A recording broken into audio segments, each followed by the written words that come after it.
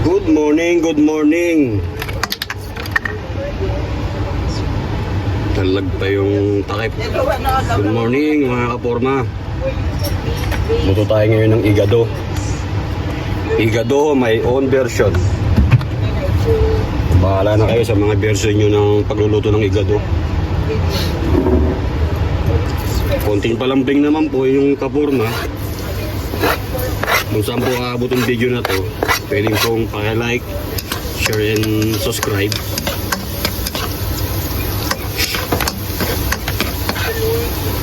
Ito tayo yung bawang.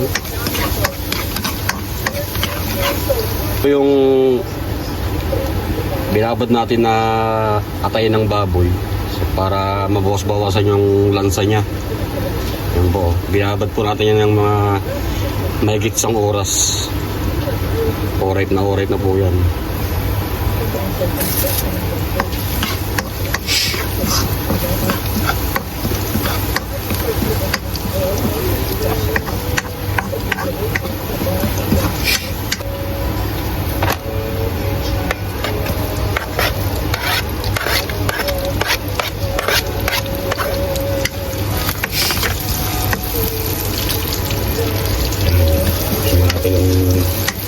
Isa natin mga kaporma yung karne ng baboy, so hindi ko na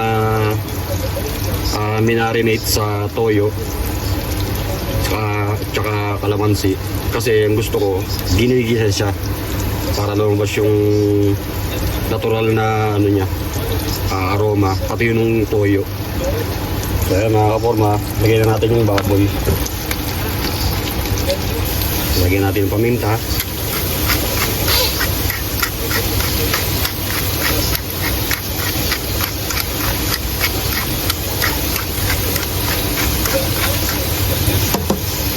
Tama, patis.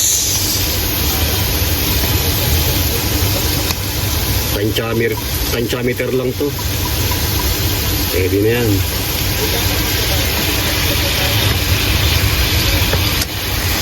Tsaka ng toyo. Dato puti. Ang ating konti.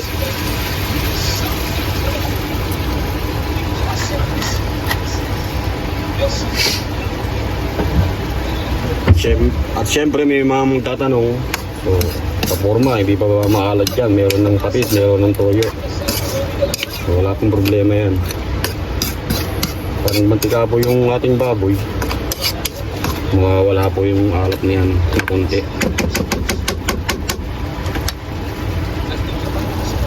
Lagyan natin ng konting tubig.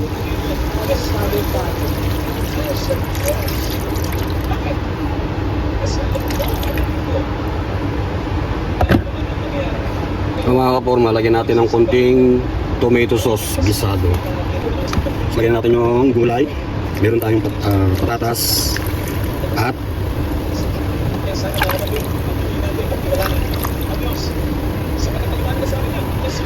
carrots at red bell pepper. Sabay-sabay na yan. Red bell pepper talaga niluluto ko ng gusto yan para lumabas yung bango niya. Bango yan pagluto.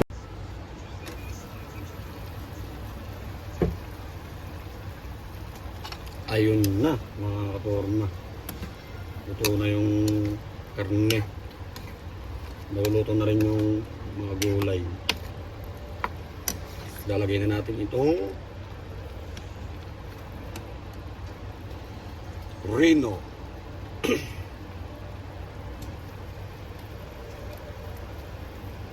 Lagay na natin lahat yan.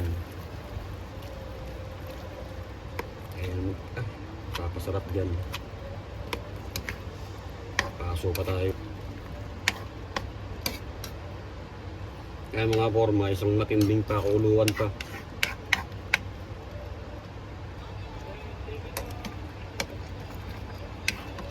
Kaporma, lagyan natin siya ng gisantes o green peas. Gisantes ang tawag dito sa amin. So baka na kayo dyan kung anong tawag sa inyo. Baka sa amin gisantes.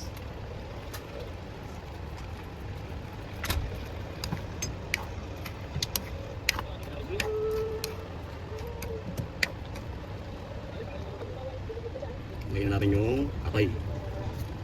Hindi natin yung mga kaporma kasi yung atay kung sobrang sa luto, titigas siya.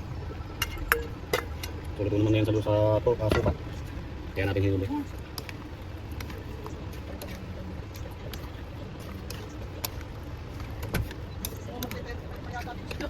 Ako, 31 lang eh.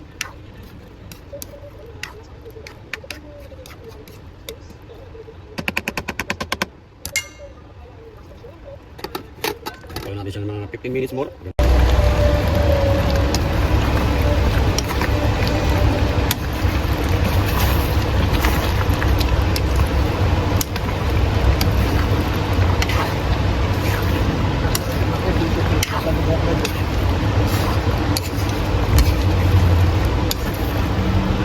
Ang layo ng biyahe.